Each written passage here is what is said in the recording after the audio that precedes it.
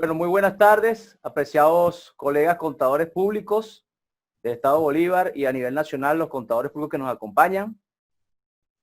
En nombre del Colegio de Contadores Públicos del Estado Bolívar le damos la bienvenida a esta conferencia titulada Código de Ética para regular la práctica profesional del contador público venezolano. Mi nombre es Pedro Amaro, soy secretario de Estudio de Investigaciones del colegio. Y hoy le damos entonces la bienvenida al licenciado Jairo Ramírez Morales. Por favor, vamos a compartir la pantalla para hacer la presentación de costumbre. Perfecto. Bueno, muy bien. Gracias a todos, de verdad, por estar compartiendo con nosotros. Quiero empezar no solamente agradeciendo al Colegio de Contadores Públicos, sino también a Dios por permitirnos estar hoy reunidos aquí compartiendo este tema que personalmente considero es un tema que hoy por hoy cobra mucha relevancia dentro de lo que es nuestra profesión de la contaduría pública y yo diría de todas las profesiones, básicamente en lo que tiene que ver nuestras profesiones desde el punto de vista de las ciencias sociales con todo lo que tiene que ver con respecto a nuestros clientes. Y de ahí, bueno, surgirán muchísimas preguntas y esperamos poder ayudarles entonces con esta presentación dentro de lo que puede ser los aspectos que pudiésemos estar tratando. Aquí inicio, bueno, orgullosamente para aquellos que somos contadores públicos de Venezuela, pues sentirnos orgullosos de compartir y de compartir con los demás. Y empezamos aquí con el artículo 2 del Código de Ética Profesional del Contador Público Venezolano, en donde prácticamente nos pide abstenernos de denigrar de otros colegas, de que la profesión realmente debe mantener un decoro dentro de lo que es la profesión como tal. Somos garantes de fe ante los terceros, ante todos los que nos conocen y nos ven, o sea que tienen una responsabilidad enorme en todo lo que es el ambiente de información financiera. La ley del ejercicio de la contaduría pública lógicamente lo contempla en su reglamento y acompañado siempre de su código de ética profesional. Quiero agradecer entonces nuevamente al Colegio de Contadores Públicos por permitirme estar aquí y a todos ustedes por estar participando y acompañándonos pues en esta charla. A ver que avance. A veces se queda pegadita. Vamos a ver si la activamos. Vuelvo a cargarla nuevamente. Un momento. Para que se active. Ok. Pero no quiere. Vamos a volver a hacerlo otra vez. Son partes de trabajo en vivo. ¿Quién trae esto acá, no?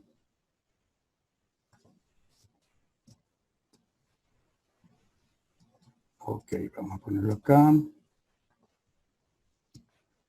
Y vamos a compartirlo y seguir. Muy bien. Tenemos entonces la presentación. Vamos a tratar de conversar entonces como lo presentó Pedro. La ética profesional, un código de ética para regular la práctica profesional del contador público venezolano. Esta expresión sale de lo que es la emisión de nuestro código de ética profesional como tal del contador público, tomado de la IASB, que es el quien emite todo este tipo de código y básicamente nosotros como contadores públicos en Venezuela hemos adoptado prácticamente ese código de ética profesional del contador público emitido desde la IASB, que es quien se encarga de todo esto y lógicamente tratado y aprobado aquí en Venezuela. Pedro, tú querías hacer la presentación. Sí, cómo no. Bueno, el licenciado Jairo Ramírez Morales es licenciado en Contaduría Pública de la Universidad Central de Venezuela, especialista en gestión tributos nacionales de la Escuela Nacional de Hacienda Pública, actual Contralor Nacional de la Federación de Colegios de Contadores Públicos de Venezuela, docente de la UCAP Guayana desde el año 2002, es presidente del Colegio de Contadores Públicos de Estado Bolívar, periodo 2012-2017, secretario de Estudio e Investigación del colegio en los periodos 2009-2012 y socio fundador de la firma Ramírez y Asociados y RA Service Compañía Anónima. Para nosotros es un gusto, licenciado, nuevamente tenerlo aquí en este tema del día de hoy. Gracias, Pedro. Gracias por tu referencia. Bueno, hoy el contenido, personalmente siento que es un poco ambicioso tratar de ver toda una cantidad de situaciones que se presentan desde el punto de vista del Código de Ética Profesional. Vamos a hablar del sentido amplio del concepto de ética. Creo que es importante que entendamos ese concepto como tal, antes de entrar directamente a lo que es nuestro propio código de ética, las consideraciones sobre la conducta de esa ética, hechos no comunes, conducta ética, actuación no ética, por qué, razones y casos, ética en los negocios, dilemas éticos, la racionalización de la conducta ética. Creo que es importantísimo este concepto de racionalización, porque aquí está el hecho de que asumamos un compromiso de diferenciar la cantidad de dilemas, y de ahí viene el otro proceso que llama de solución de los dilemas éticos, Código de Ética Profesional en Venezuela. De esa manera, entonces, vamos a ver qué es la ética. La ética, desde un sentido amplio, es un conjunto de principios o valores morales. Yo creo que ahí estaríamos todos de acuerdo en que eso es lo que es una ética. Tener valores morales que nos permitan a nosotros definirnos o diferenciar entre lo que es el bien y es el mal.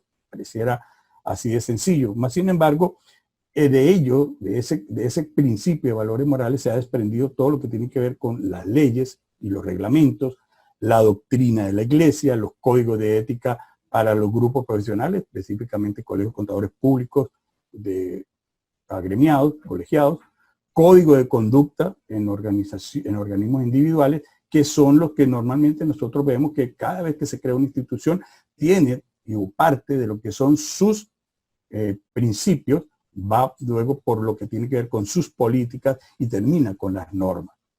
Allí hay una institución, como la vemos allí, la del Johnson Institute of the Advance of the Ethics, que es una fundación que presenta todo lo que tiene que ver con la conducta ética de los profesionales en los campos del gobierno. Y es que esto es una preocupación que viene de muchos años. Entonces, esta preocupación de la conducta profesional no es de ahora, es de siempre, y viene dado por todo lo que tiene que ver por el gobierno, las leyes, la medicina, los negocios, la contabilidad, el periodismo. Todo eso forma parte de lo que es el comportamiento de las comunidades o del ser humano dentro de cada una de estas disciplinas. Aquí entonces entramos en consideraciones que siento yo que debemos tomar en cuenta, y es que se habla de que comúnmente la gente difiera en sus principios y valores morales. Esto es normal, esto es nuestra naturaleza, siempre estamos de acuerdo, en desacuerdo, tenemos una posición u otra, y aunque las personas, o aunque dos personas, vamos a decir, estén de acuerdo y tomen la importancia de lo que es relativamente cada uno de los principios que se norman o que se dan a través de este código de ética, pues generalmente hay ciertos problemas. Más sin embargo, todos estaríamos en concepto o en principio de que eso es importante. Estas diferencias, lógicamente, obedecen a una cantidad de experiencias que nosotros hemos venido adquiriendo desde niños, en el medio ambiente en que nos desenvolvemos, en las actividades que realizamos, y todo ello aunado a todo lo que hemos aprendido de nuestros padres, de nuestros maestros, de nuestros amigos, de nuestros patrones o jefes, que definitivamente influyen en nuestros valores. Y no se diga de las redes sociales. Las redes sociales y todo lo que está dentro de lo que es la relación social, los deportes, ya hablábamos de la iglesia, los éxitos y los fracasos que se hayan tenido y toda la cantidad de experiencias, pues lógicamente que influyen en nuestros valores. Entonces, de ahí se deduce de alguna manera, algunos especialistas lo nombran como la conducta ética es necesaria para lo que es una sociedad, para que ella funcione de manera ordenada. Hay que buscarle el orden a las cosas. Ahí también hacen lo que hemos podido ver, hace una referencia que esto del código de ética es un pegamento que lo que hace es mantener unida a la sociedad. Y así lo debemos sentir, porque en la medida en que todos tengamos, como lo decíamos inicialmente, esos valores y esos principios que hemos traído desde atrás de manera adecuada, pues vamos a tener un orden adecuado. Imagínense ustedes qué sucedería si no se pudiera confiar en que la gente con quien tratamos es honesta. Partimos de ese principio. De hecho, muchas personas nacen en que no desconfían de nadie. Entonces, imagínense si esto es así, entonces viviríamos al contrario. Todo el mundo pensando de que todo el mundo es deshonesto. Si seguimos en esta parte de la imaginación, si mentimos sin cesar a nuestros padres, a nuestros maestros, a nuestros patrones, jefes, hermanos, compañeros de trabajo y amigos, definitivamente, como dice allí, sería casi imposible tener una comunicación eficaz. Cada quien estaría como tratando de defenderse, cosa que a veces sentimos, pero que creo que todavía existe una gran confianza dentro de lo que es esa relación interpersonal. Y eso es lo que tenemos que tener nosotros como criterio de la necesidad de la ética en la sociedad, que es tan importante y ha llegado a tener tanto valor de carácter ético, que se incluye en las leyes. Las leyes no obedecen a otra cosa que personas que se ponen de acuerdo, que definen de manera clara cuáles son los comportamientos, las buenas costumbres y todo lo que hace, que definitivamente lo lleva a las leyes. Dentro de los hechos comunes, nosotros pudiésemos estar siempre viendo, por ahí hablan unos que en una hoja blanca siempre vamos a encontrar el punto negro, a pesar de que hay una hoja blanca, todo el mundo buscamos el hecho de quién no cumple con la ley. No conducir en estado de ebriedad es un aspecto, un hecho común que todo el mundo sabe que no lo debe hacer. La venta de droga, todo esto se relaciona definitivamente con la responsabilidad ciudadana y el respeto que debemos tener hacia los demás. Entonces, el otro aspecto, esto lo podemos ver desde las personas como tal. El otro aspecto que podemos ver es vender un producto defectuoso, puede ser demandado por la vía legal. Ahí es donde muchas veces ese dilema que se genera entre lo que tenemos que hacer y cómo defendernos ante esas circunstancias, de cambiar, no diría paradigmas, costumbres que nos hacen pensar de manera diferente. Entonces no es posible, definitivamente, así como los procedimientos y todo lo que nosotros trabajamos, incorporar todo en las leyes. Definitivamente la sociedad por naturaleza pues siempre va a mantener ese criterio, ¿no? ¿Por qué la gente actúa de forma no ética? Bueno, la conducta ética la conocemos como conducta que difiere de lo que ellos creen que sería adecuado dadas las circunstancias. Aquí vienen aspectos que yo lo llamaría solamente desde el punto de vista del código. ¿Qué código adopto yo desde ese punto de vista cuando yo estoy analizando la situación que se me presenta? Entonces, si yo toda la vida he estado en un lado en donde no debería estar, mi código va a estar referenciado a lo que se hace en ese lado y no en el que debería ser una conducta apropiada. Cada uno decide por sí mismo lo que considera como un comportamiento no ético, tanto para nosotros como para los demás. Entonces, ahí entra en dilema cómo hemos sido formados y cómo consideramos nosotros ese código de ética profesional o ese código de ética que debemos tener todos los seres humanos. Depende entonces también de cuál es la concepción que nosotros hemos venido desarrollando dentro de nuestra experiencia. Hay razones, lógicamente, los principios éticos de la persona son diferentes a los de la sociedad en su conjunto. Eso significa de que nos vamos a encontrar permanentemente enfrentándonos a circunstancias que nos van a generar alguna pregunta, alguna interrogante y dilemas que tenemos que solucionar.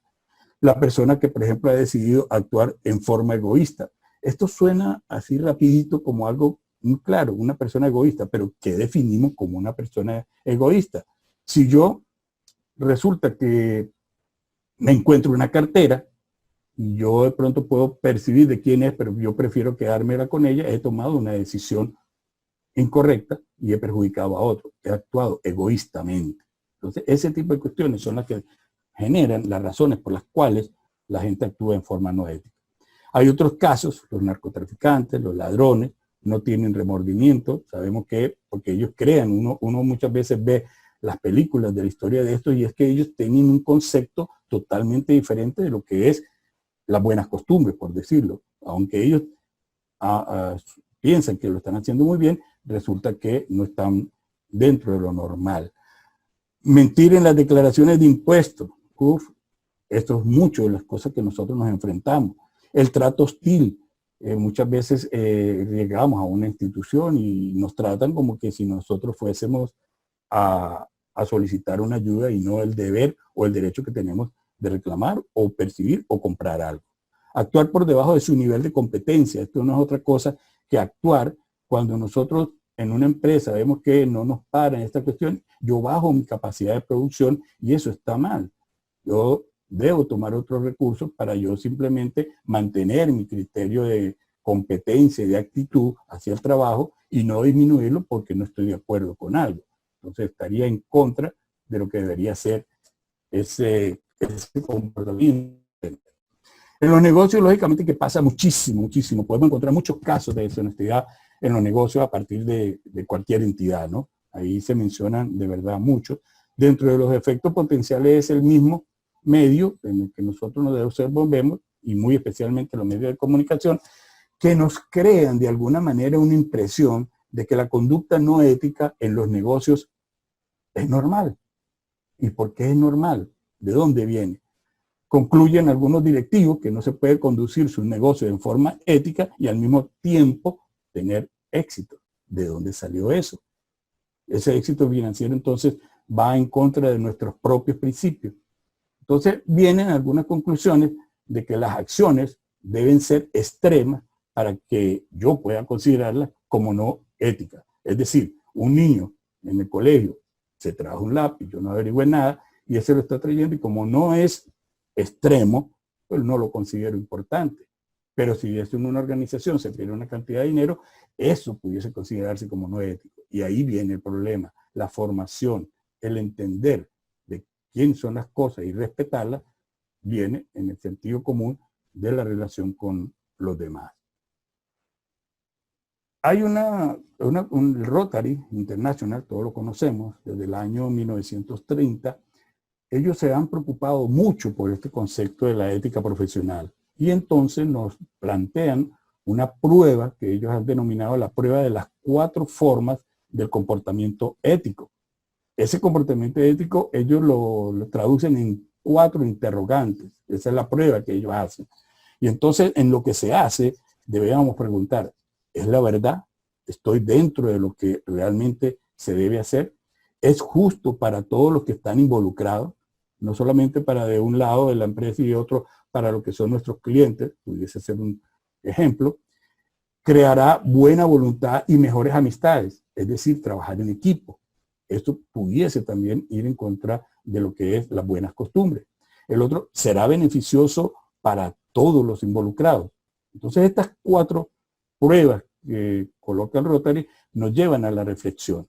Muchas compañías han establecido en lo que son sus códigos de formación o formales de ética para los directivos y los empleados, y existen, cada quien está de alguna manera en la obligación de seguir, así como estamos en la obligación de seguir nuestro código de ética profesional. El objetivo de tales códigos es, lógicamente, como dice allí, evitar a todo el personal a que se comporte en forma ética, invitarlos a todos a que se comporten de esa manera. Entonces, de esa manera nosotros pudiésemos por acá, ok, en forma ética.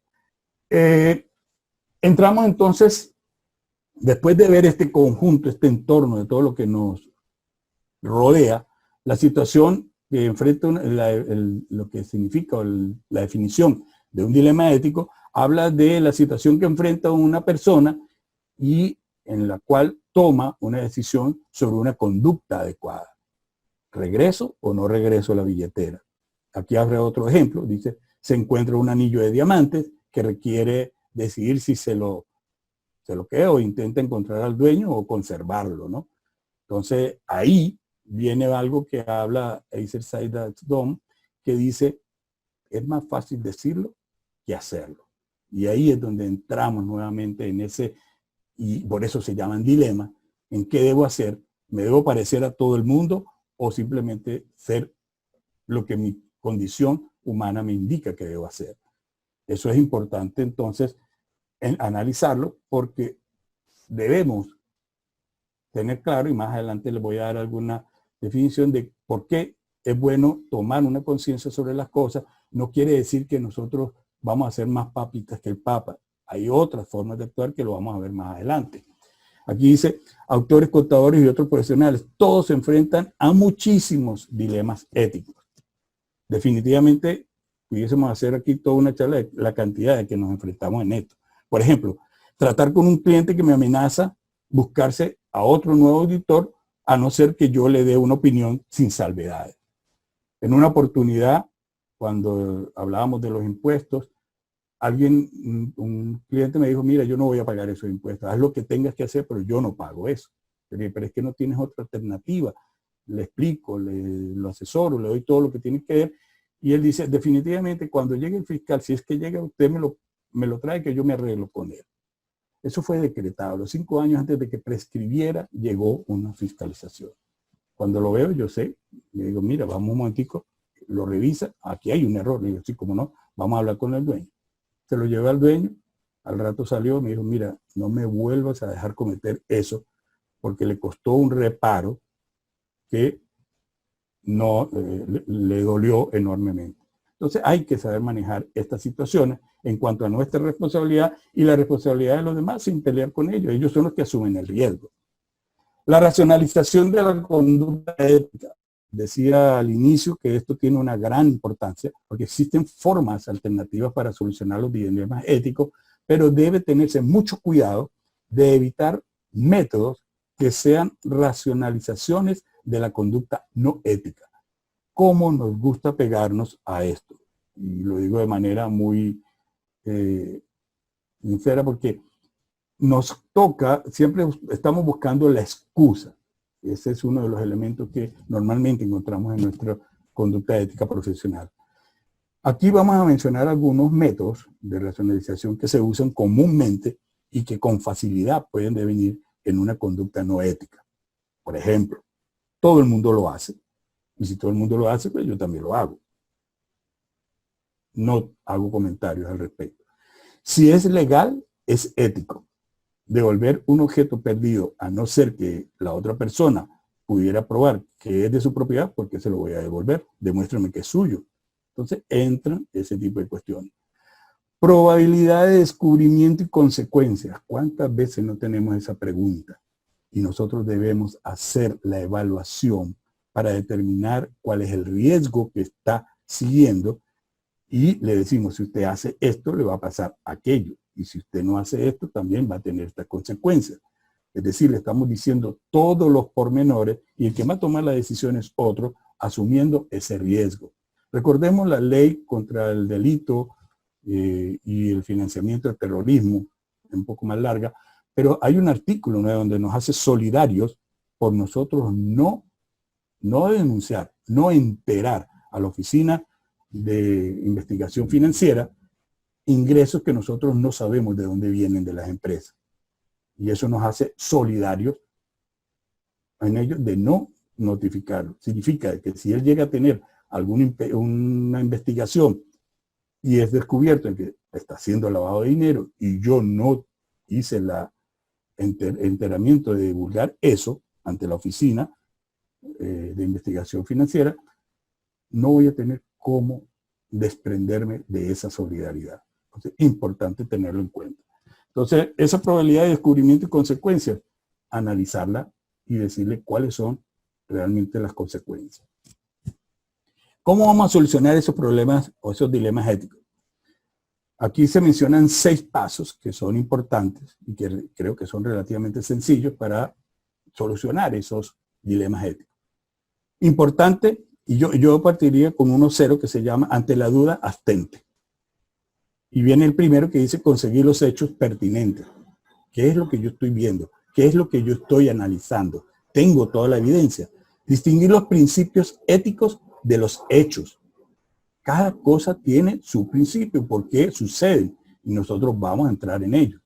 Determinar quién se ve afectado por el resultado del dilema y cómo se afecta a cada persona o grupo. Esta parte de estar viendo, cómo quedo yo envuelto en esto, cómo queda el otro, cómo quedamos como equipo. Identificar las alternativas, la persona que debe solucionar el dilema. Hay alguien que tiene la responsabilidad y lo debe resolver. Identificar las consecuencias probables de cada alternativa que se vaya a tomar. Lo que decíamos anteriormente, debo estar muy claro en qué. Muy bien. Entonces decíamos que dentro de lo que todos estos aspectos que hemos venido comentando relacionados con todo lo que son los hechos que generan aspectos no éticos y lo que es la ética profesional, el manejo de dilemas, todo eso nosotros lo tenemos que ver desde el punto de vista de la profesión, lo que está relacionado con el código de ética para regular todo lo que tiene que ver con la práctica profesional del contador público en Venezuela. Está el reglamento de papel único de seguridad, tenemos nuestro nuevo, anteriormente era el régimen de visado, hoy en día es el registro único de actuación profesional RUAP, que también tiene lo que es el registro de actualización profesional de cada uno de nosotros como profesionales. Estos son nuestros elementos. Como personas, como contadores, tenemos que tener muy presente el hecho de estar siempre en una actitud, digámoslo, crítica hacia la vida y hacia la profesión misma. Siento que si nosotros tomamos conciencia de que como profesionales tenemos una gran responsabilidad de lo que es las buenas conductas, y no solo eso, sino evitar con nuestra actuación la corrupción, pues una buena crítica deberíamos estar haciéndonos permanentemente. Tener seguridad en nosotros mismos, la autoestima, es importante que nosotros sintamos la confianza. Y ya les voy a decir más adelante por qué esa confianza es tan importante en nosotros mismos, en lo que nosotros tenemos que hacer. La seguridad de lo que nosotros hacemos se va adquiriendo día a día. La experiencia es la que nos va dando ese sentido de pertenencia de nuestra actuación profesional. Otro aspecto es la de superación permanente. Aquí estamos en este momento recibiendo esta charla de actividad de ética profesional, y así como todas las que hemos estado escuchando en estas épocas de pandemia que nos ha permitido nutrirnos y seguir estudiando y adoptar nuevos emprendimientos, porque definitivamente el mundo cambió.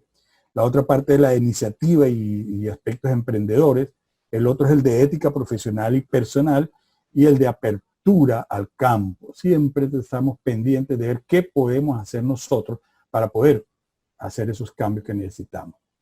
Y entonces entramos a lo que es el código de ética profesional. Lógicamente que no lo vamos a ver aquí, es muy extenso desde el punto de vista de todos los temas que él tiene que tratar, y este viene dado más que todo, estos primeros, los que están identificados con 100, de 100 en adelante, del 100 al 150, que no son otras cosas que esos principios fundamentales que debemos tener como profesionales. Y esos principios fundamentales están entre la integridad, la objetividad, la parte de competencia profesional, el debido cuidado ante la duda, abstente, decía yo anteriormente también, el aspecto de confidencialidad y lógicamente el comportamiento profesional de cada uno de nosotros. Eso nos va a dar a nosotros una seguridad enorme, y es mantenernos siempre de acuerdo a lo que dice esta norma, este código de ética profesional del contador público en Venezuela, de a dónde acudir en caso de tener alguna duda. Esos principios fundamentales, lógicamente, que no es otra cosa que nosotros mismos aceptar la responsabilidad de que tenemos que actuar para el interés público, que otras personas van a ver lo que nosotros estamos haciendo.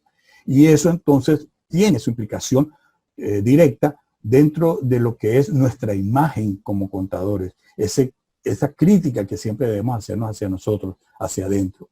La responsabilidad de un contador público no es exclusivamente la de satisfacer la necesidad de un cliente o empleador en lo individual. Nosotros somos consultores, asesores, y muchas veces somos, como lo dice Carabobo en su eslogan, somos sus mejores aliados. Ellos deberían confiar más en lo que nosotros somos capaces y la competencia que tenemos para hacer nuestro trabajo y poderles ayudar en la toma de decisiones con lo que decíamos anteriormente, un estudio de todo lo que tenemos que hacer.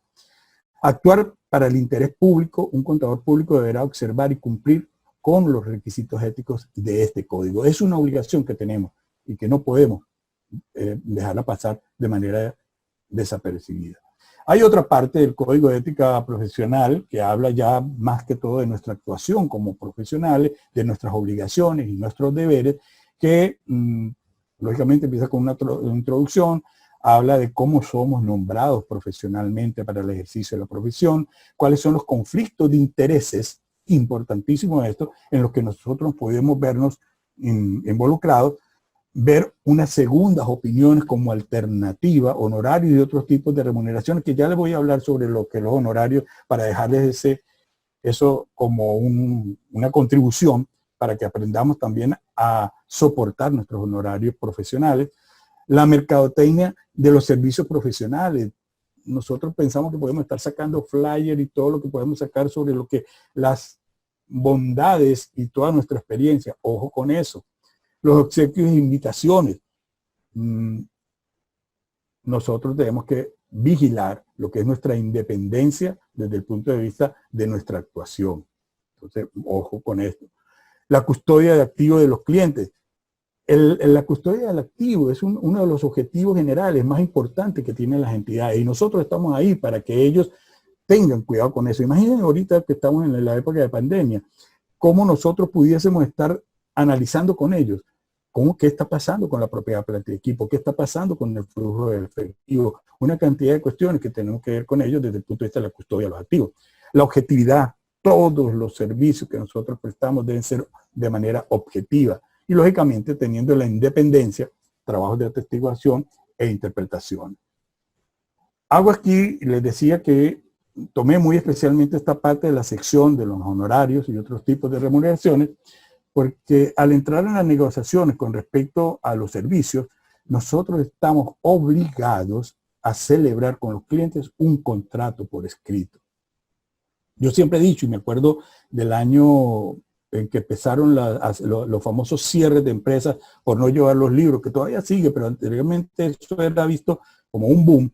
Y muchos contadores muchos clientes llegaban a mí diciéndome, mira, yo necesito que tú me lleves la contabilidad porque mi contador hizo y es el culpable de que cerraron mi negocio. Y yo les decía, usted se ha sentado con su contador para saber por qué pasó eso. Usted sabe cuál es el alcance del trabajo que está realizando. Bueno, yo supongo que él me lleva a la contabilidad y me debe indicar todas las cuestiones que yo debo hacer. Pero y el contador que entendió que solamente le lleva a la contabilidad. Entonces, celebrar un contrato con su cliente es de vital importancia para determinar cuál es el alcance de lo que está haciendo, qué es lo que va a hacer, cómo lo va a hacer y para que no haya ningún tipo de problema con esto. Entonces, es importante que en él también se establezcan todo lo que tiene que ver con los honorarios y los gastos de lo que nosotros vamos a realizar. Aquí está este cuadro. Este cuadro me habla de, en el lado izquierdo me dice objetivos y estrategias en la fijación de los honorarios. Es importante que entendamos que es un aspecto de conflicto, es un concepto en el que interviene el precio, es un concepto en el que interviene la calidad, la oportunidad, está implícito todo ese tipo de cuestiones y lógicamente la responsabilidad y el riesgo que nosotros estamos asumiendo desde el punto de vista de la prestación de nuestro servicio. Por eso entonces observar y valorar la complejidad de las técnicas a utilizar a nivel de conocimiento, requerimientos para el trabajo, nivel de formación en que se debe utilizar en el trabajo, grado de experiencia profesional requerida para el trabajo, grado de supervisión, tiempo y dedicación en el trabajo, grado de responsabilidad y otras. Es decir, ¿estamos claros en lo que estamos haciendo? El objetivo en la fijación de los honorarios, el número 1, yo necesito ver que tenga un incremento en las utilidades, que tenga una penetración adecuada en el mercado, en un nuevo mercado en el que nosotros nos estamos proponiendo. La referencia que reciban los demás de nuestra actuación es importante. Desea estar en un área específica, ¿a dónde quiero estar trabajando? ¿Cuál es mi target? Desea obtener mayor experiencia.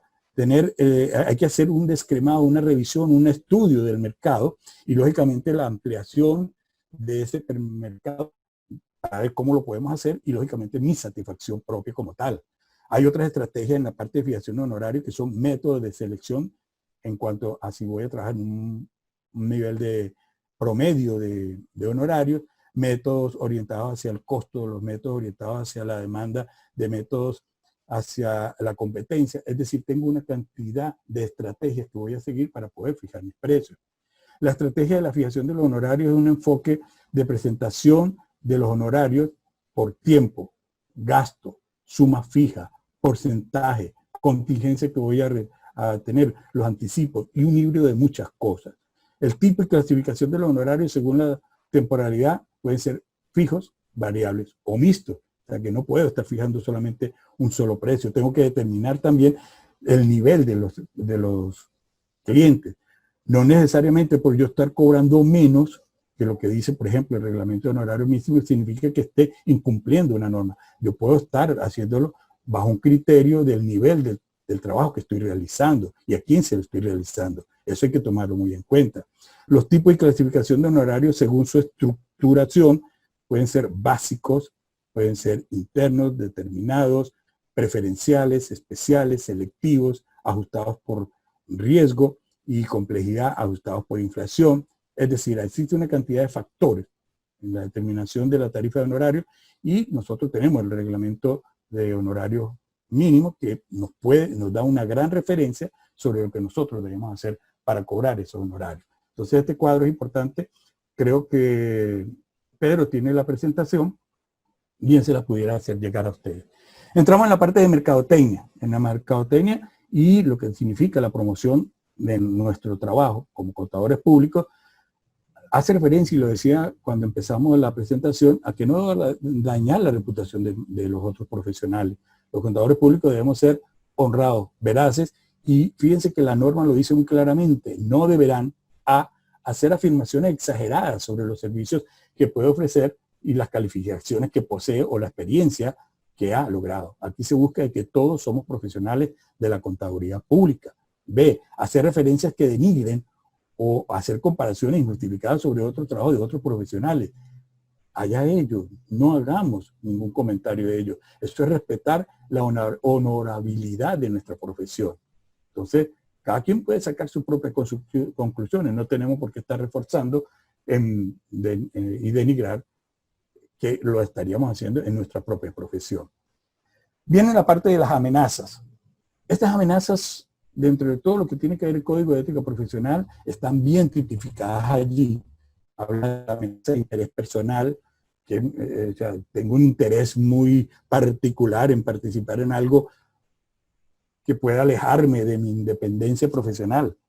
Amenazas de autorrevisión, eso que hablábamos de una constante crítica y revisión de lo que es nuestra estima como profesional. Amenazas de mediación. Oye, alguien, mira, te recomiendo, haz esto, fulano, para acá, y nos podemos meter en problemas. Hay que aprender a decir no, independientemente de cuáles son las presiones que pudiésemos tener. La amenaza de familiaridad. Muchas veces nos olvidamos de que cuando nosotros estamos como graduándonos, generalmente nos dicen, bueno, mi padre y mi madre están esperando que yo me gradúe para hacerle los estados financieros y hacerle la contabilidad.